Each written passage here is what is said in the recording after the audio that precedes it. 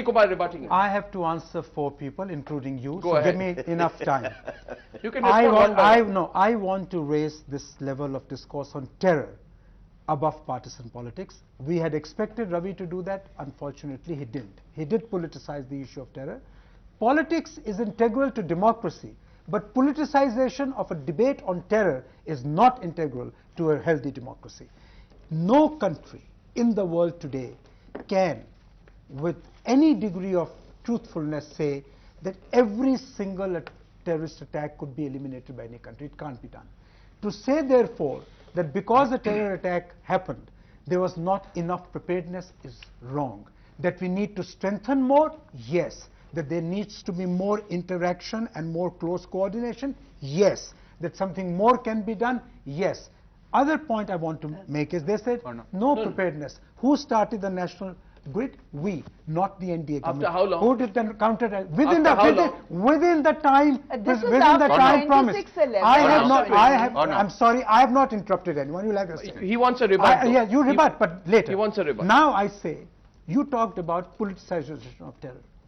Our stated position is, and I want to repeat it, terror has no color. Terror is terror. There is no such thing as giving any color to terror. Whoever is responsible for any action which is a terrorist action should be brought to book, and as resolutely as possible. Lastly, I want to tell you this. This government, led by the Congress, has given the largest number of sacrifices to terror.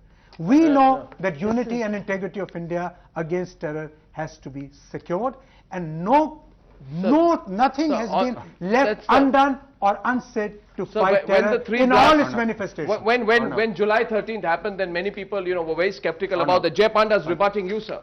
Go ahead. But listen, let's not lose sight of the fact that between 26/11 and this latest tragedy that happened in Mumbai, the fact is that incidents of terror did actually come down. Okay, so let's not lose sight of that fact. But when my friend Ashwini says, how does it compare to America? Yes, I'm just coming to that. That no country can assure complete safety to its citizens. Let me cite the example of America. In 10 years since 9/11, they have had 0 incidents. Have they, Mr. Owaisi, that is a completely wrong example to give. Go ahead. Because America is not surrounded by Pakistan, America is not surrounded by Afghanistan, America is not surrounded by unstable regimes. No, but we are living in a neighborhood. See, if my neighbor's house is burning and I have the most powerful air conditioner, do you expect the air conditioner to work in this room? No, it will not work. No. We are surrounded by unstable countries. We know it for a fact. Democracy has not prospered around it. Please don't give example of US. If in US is a completely different thing. Canada is different. I was just addressing the point that no country can do it. That is wrong. I'm happy. One minute. I'm very happy that no terror attack has taken place in America. Terror attack should not take place anywhere. But no US administration to date has said that we guarantee that there will be no attack. Every day they are saying. The argument on it. He never said that. That's what he said. That was the argument. That was the argument. That Ashwini has said that there cannot be any guarantee. They acted in a tough, non-political way. There was not one political divided debate on terror. I agree. And they acted. I agree. And they didn't see. I agree. And that is what the approach should be. They didn't put any political consideration. I agree. But we haven't done that. You also agree with I totally agree. I totally agree. But my point still remains that no country today is in a position to guarantee that there will never be a terror. I want to pick up all the subjects. I have a couple of subjects to go to. The first point, I think everybody is united against terror. It's entirely wrong to say that India is not united against terrorist attacks. But it certainly does not mean that we cannot raise questions. What we are saying is, are you satisfied with the coordination between intelligence agencies? No. Are you satisfied with the coordination between centre and state? No. Neither is there. Are you satisfied with the kind of technology which is available, which you have not bought? And why you haven't bought it? So you're not satisfied. This appears to be another major issue in Parliament. Last point on this one. No, very quickly, while agreeing with what just Vindaji has stated, it is equally wrong to compare India with Afghanistan and Iraq, as some leaders did. I don't want to take No, I said we are surrounded. We are surrounded. I'm not comparing. No, I'm not comparing. No, we have... We can compare BJP and RSS. We can compare BJP and RSS. Allow me to complete at least. No, he feels you misquoted him, so I let him come in. Fair enough. What I am simply... India is a huge country. Huge population, good security forces. Don't lower your guard. And we have also the case of Israel, surrounded by a lot of hostile neighbors, yet see its response against terrorism. The point is, are you willing? Yes, there is a consensus in the country, but as far as compromise is concerned, Indian security forces can deliver if you allow. Mr. Vaisi. No, we definitely wouldn't like India to go on the Israel path, wherein you go and bomb your own, in your own country, aircrafts are flying and bombing. That is the worst example that can be given. I did not support. No, you have a problem with America, you have a problem with, I'm only saying, complain by hostile neighbors. I have no. Can you lower your guard in the fight against terror? That is the only point I'm trying to highlight. He said. Mr. Prasad, I have no problem with America. Ideologically, you are very close to America. I am not. You know, I am for good relations with America. But please don't give an example of U.S. You know, if an example can be given, give an example of U.S. wherein CIA, FBI is accountable to the respect of Senate and to the House of Representatives. I think very that's good point. a valid point. I want to come to another point. What BJP says, we are going to raise the issue of the use of governors in non-UPA states. Please clarify briefly, and then I'll get a quick response. Because are you moving it in Parliament, first Surely. of all? What are you moving in Parliament? Just a minute. Now, if a governor sits on a bill, there is no constitutional instrument asking him to do so. Okay. The cabinet can give the reconsidered advice. Bihar governor sitting on 11 bills, including bills with regard to appointment of vice chancellors. Rajasthan governor is sitting, Gujarat governor is sitting, maybe in Odisha governor, Uttarakhand governor is sitting. We have got a whole list of that. Now the point is, governors have a defined role. They are accountable to the parliament. They are also required to act on the aid and advice. Now if any bill is politically not comfortable, then they will keep on sitting over it. If they reject it, the reconsidered advice is binding. Now what is the way out? Keep on sitting over the bill for 1 year, 2 years, and apart from a whole range of other activities. Therefore, the partisan role of governor with due evidence impinging upon the federal polity of the country, we are going to highlight in a very big way. In Parliament, this session. Obviously. I'm surprised that this sermonizing is coming from the distinguished member of the BJP. I would only like to remind him what they did when they came to power in 1977, how many governors they dismissed on political grounds. It is nobody's case that governor's office should be reduced to partisanship. It is nobody's case. It should not be. That is not the constitutional scheme. That is not how it should be. If there is a specific issue with respect to A governor, B governor, certainly there are inbuilt mechanisms in the government to address those. And if you do want to bring an amendment, by all means do that. Parliament will debate it. There can be no difficulty on that. There is a deeper the issue. fact remains that the office of the governor should not be politicized. So I think there's no difficulty. I have a feeling you'll We have no problem. You'll face a But joint why bills opposition. are pending by the governor? Raju asked the governor. I'm not here to There is a Passed by deeper the issue. legislature. There is a deeper issue. It's not just the governor's issue. We have the vestiges of many laws in our constitution which are pre-independence. They treat us like a dominion, not like an independent country. Even when Parliament passes a bill, government is not obliged to notify it. Government can sit on it and not notify the bill.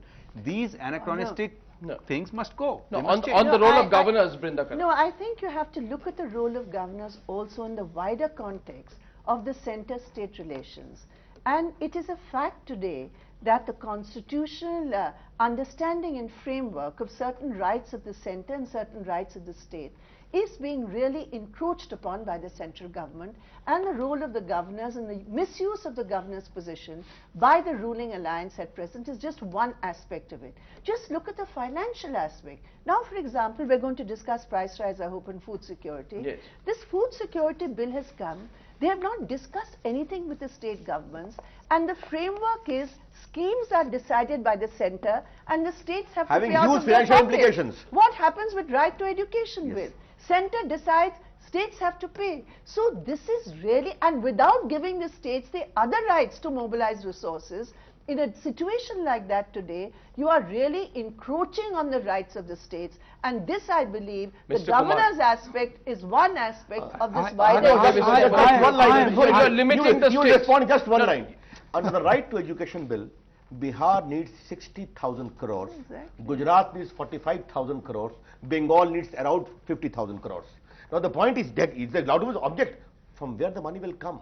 Answer. These are important Answer, issues. sir. Who's going to fund this? It's a remarkable argument that the states are being burdened through bills and legislation that is intended to empower the marginalized. No, and but- that- what, just But allow they me can to do say, it allow, themselves if no, they Ms. want. Brinda, Okay, I we never allow- interrupt you. All right, all Allow right. me to say, Okay. it's a civilized debate.